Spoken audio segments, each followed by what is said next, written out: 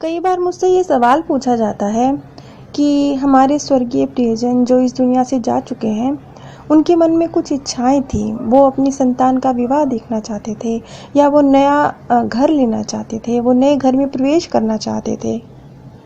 इसी तरह की उनकी कुछ इच्छाएं थी जो अधूरी रह गई। तो क्या इस चीज़ के लिए हमारे स्वर्गीय प्रियजन अतृप्त महसूस करते होंगे, परेशान होते होंगे कि उन्होंने जो वो जीवन में देखना चाहते थे वो नहीं देख पाए?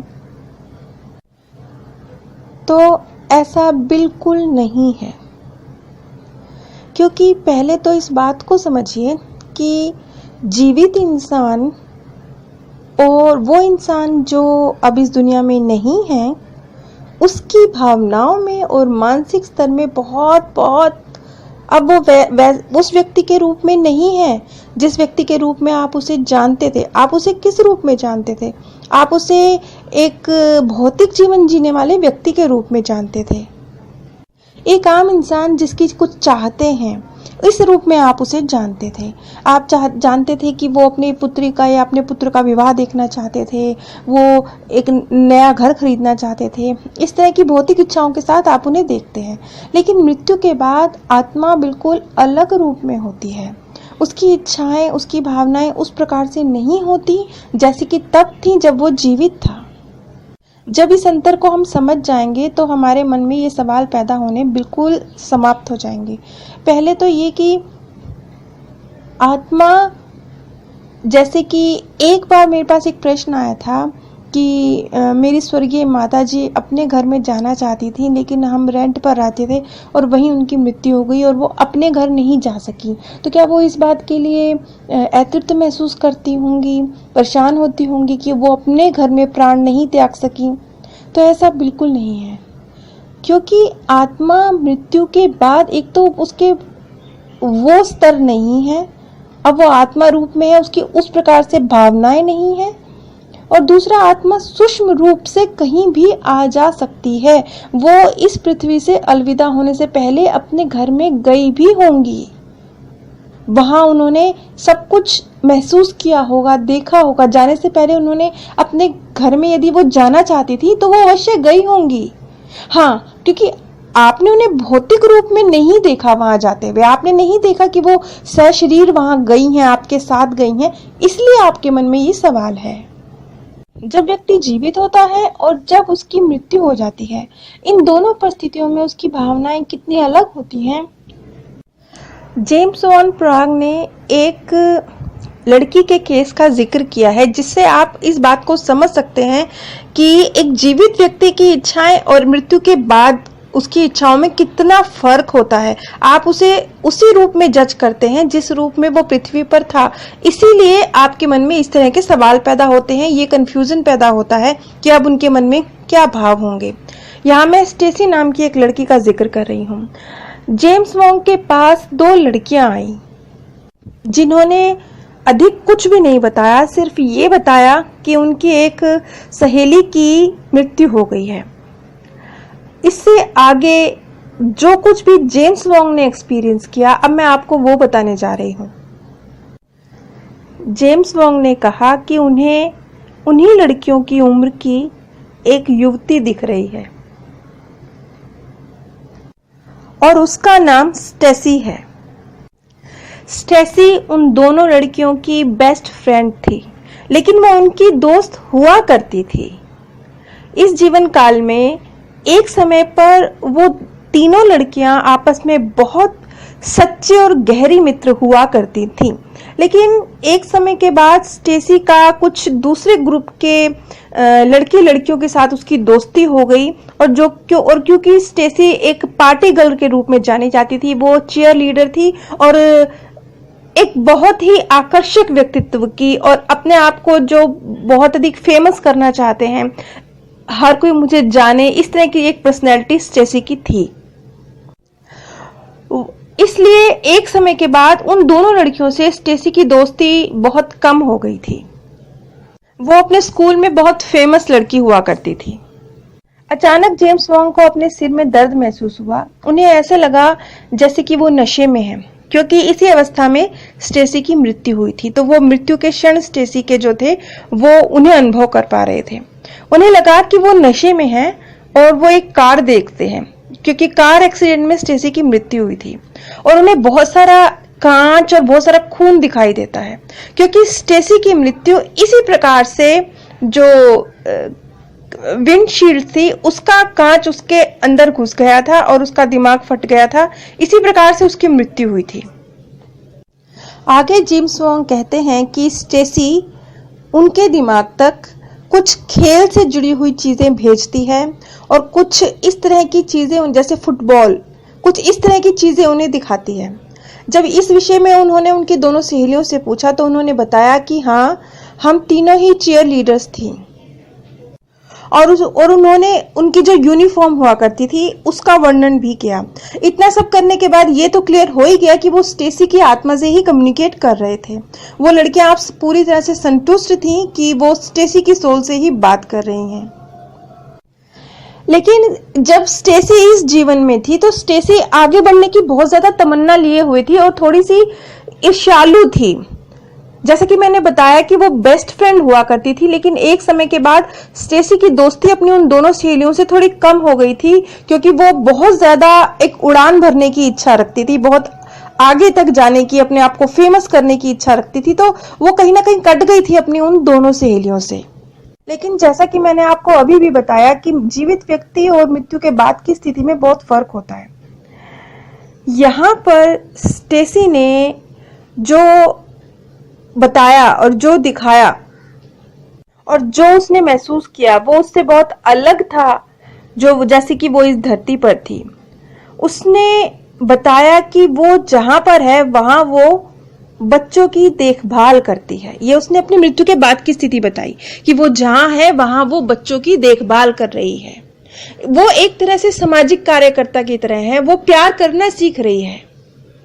अब जो लोग मेरी सीरीज को पहले से सुनते आए हैं वो इस बात को सुनते ही समझ गए होंगे कि मैं क्या कह रही हूँ, क्योंकि मैंने पहले भी एक बार जिक्र किया था कि ये इस बात का जिक्र मैं कई वीडियोस में कर चुकी हूँ कि आत्माएं, जैसे यहाँ हम धरती पे बहुत सारी चीजें सीख रहे हैं, हम स्पिरिचुअल वर्ल्ड में भी सीखते हैं।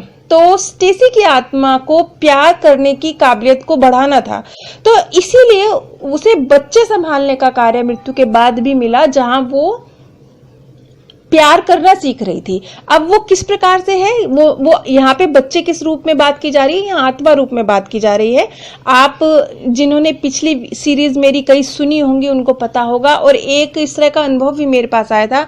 आपके अनुभव नाम की जो प्लेलिस्ट है उसमें एक माँ का अनुभव था, जिसमें उनकी पुत्री ने उनसे, स्वर्गीय पुत्री ने उनसे कहा था कि इस समय वो जिस स्थान पे है वहां वो बच्चों की देखभाल करती है, और एग्जैक्ट यही बात स्टेसी ने भी कही कि अब वो जिस स्थान पे है वहां वो बच्चों की देखभाल करती है।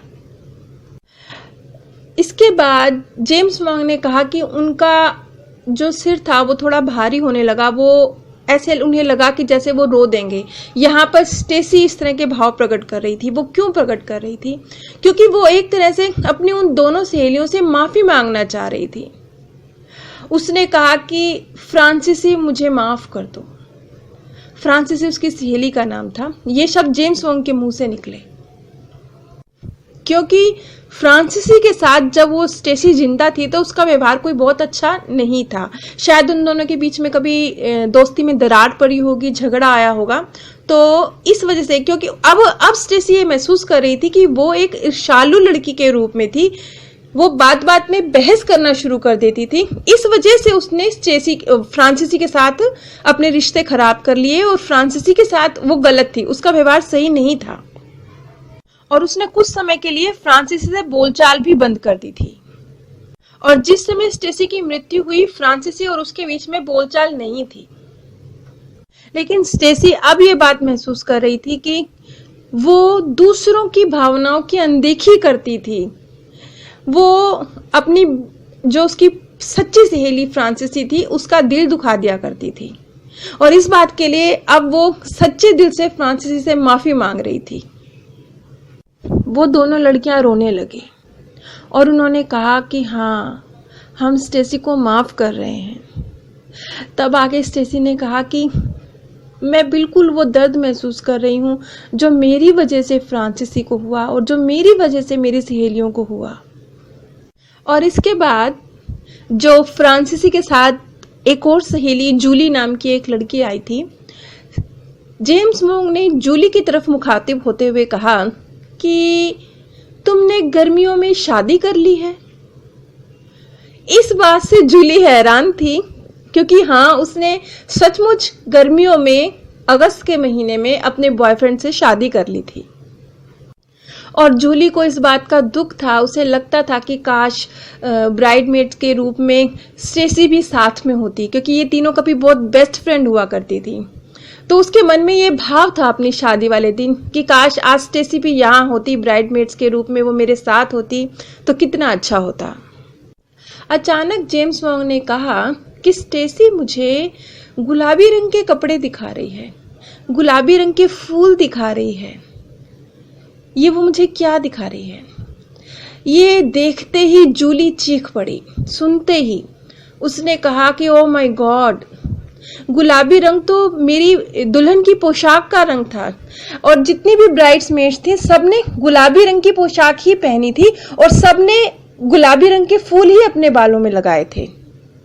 इसके बाद जेम्स वोंग कहते हैं कि स्टेसी मुस्कुरा रही है और वो ये कह रही है कि क्या तुमको लगता है कि तुम मेरे बिना शादी कर लोगी? तुमने ये कैसे सोचा कि मैं तुम्हारी शादी में शामिल नहीं रहूंगी? मैं पार्टी गर्ल हूं, क्या तुम्हें लगता है मेरे बिना तुम कोई पार्टी कर लोगी? ये स्टेसी थी, स्टेसी जो अब इस दुनिया से जा चुकी थी, लेकिन वो अपनी सहेली जूली की शादी में मौजूद थी। उसने डिस्क्राइब किया किस तरह से पोशाक पहनी हुई थी जूली ने, सब ब्राइड्समेड्स ने किस तरह से पोशाकें पहनी थी, कैसे उन्होंने गुलाबी रंग के फूल अपने बालों में लगाए हुए थे। और फिर उसने मुस्कुरा के कहा कि मैं पार्टी गर्ल हूं, मेरे बिना कोई पार्टी हो सकती है क्या? हकीकत में फ्रांसिसी और जूली, ये दोनों लड़कियां जो स्टेसी के बारे में पूछने के लिए जेम्स वोंग के पास आई थी, ये स्टेसी की सोल ही थी जो उन्हें गाइड कर रही थी कि वो जेम्स वोंग के पास जाएं। और वो ऐसा क्यों कर रही थी? क्योंकि वो उनसे माफी मांगना चाह रही थी। उसे पता था, स्टेसी को मालूम था, मृत्यु के बाद उसे एहसास था कि उसने जीते जी अपनी सच्ची सहेलियां फ्रांसिसी और जूली, जो उससे सच्चा प्यार करती थी, उनका दिल दुखाया है। और इस वजह से वो शर्मिंदा थी। अब वो बिल्कुल बदल, क्योंकि वो आत्मा रूप में है तो उसकी फीलिंग्स कुछ और थी। अब वो बहुत शांति और प्रेम की भावना के साथ थी, तो वो उनसे माफी मांगना चाह रही थी। इसलिए स्टेसी ने ही फ्रांसिसी और जूली के मन में ये भाव डाला कि वो जेम्स वोंग से आके मिलें और उनके थ्रू अपनी माफी वो उन दोनों तक पहुंचा सके। और उन दोनों लड़कियों ने सच्चे दिल से उन्हें माफ भी कर दिया, स्टेसी को माफ भी कर दिया। अब ये बात आगे जेम्स वोंग कहते हैं कि अब फ्रांसिसी को शायद महसूस नहीं हुआ, जूली को शायद महसूस नहीं हुआ, लेकिन जेम्स वोंग ने महसूस किया। उन्होंने देखा कि जब फ्रांसिसी और जूली जा रही थी वापस, तो स्टेसी उन दोनों के गले लग रही थी। अब एक आत्मा है, दो जीवित व्यक्ति हैं, लेकिन वो आत्मा उनके गले लग रही थी। ये चीज ये इन लड़कियों ने सिर्फ एक पॉजिटिव एनर्जी महसूस करी, एक खुशी, एक पीस, एक शांति, एक सुकून महसूस किया, लेकिन वो स्टेसी उनके गले लग रही है, ये चीज सिर्फ जेम्स वोंग देख पाए। अब इस केस को सुनने के बाद आपको समझ में आ चुका होगा कि भौतिक शरीर में रहते हुए और भौतिक शरीर से बाहर निकल जाने के बाद कितना फर्क होता है, हमारे दृष्टिकोण में, हमारे व्यवहार में कितना बदलाव होता है। स्टेसी ने बोला, उसने कहा कि वो तो ये महसूस करा उसने कि वो प्यार का इजहार करने के लिए इस धरती पर आई थी, प्यार बांटने, प्यार सीखने इस धरती पर आई थी। ये उसकी सोल का एजेंडा था, ये उसका लक्ष्य था। उसे कितने अवसर मिले जहां वो अपने प्यार के हुनर को बढ़ाए, लेकिन उसने उसका इस्तेमाल नहीं किया। उसने वो जैसा वो तब चाहता था जब वो इस धरती पर था। आप सभी पे परमात्म सौंदर्य, प्रेम और आनंद सदैव बरसता रहे। आप सभी दिव्य परम धाम में स्थान प्राप्त करें। आप सभी पे परमात्म सौंदर्य, प्रेम और आनंद सदैव बरसता रहे। आप सभी दिव्य परम धाम में स्थान प्राप्त करें। कई बार मुझसे ये सवाल पूछा जाता है कि हमारे स्वर्गीय प्रियजन जो इस दुनिया से जा चुके हैं, उनके मन में कुछ इच्छाएं थी। वो अपनी संतान का विवाह देखना चाहते थे, या वो नया घर लेना चाहते थे, वो नए घर में प्रवेश करना चाहते थे। इसी तरह की उनकी कुछ इच्छाएं थी जो अधूरी रह गई। तो क्या इस चीज़ के लिए हमारे स्वर्गीय प्रियजन अतृप्त महसूस करते होंगे, परेशान होते होंगे कि उन्होंने जो वो जीवन में देखना चाहते थे वो नहीं देख पाए? तो ऐसा बिल्कुल नहीं है, क्योंकि पहले तो इस बात को समझिए कि जीवित इंसान और वो इंसान जो अब इस दुनिया में नहीं है, उसकी भावनाओं में और मानसिक स्तर में बहुत बहुत अब वो उस व्यक्ति के रूप में नहीं है जिस व्यक्ति के रूप में आप उसे जानते थे। आप उसे किस रूप में जानते थे? आप उसे एक भौतिक जीवन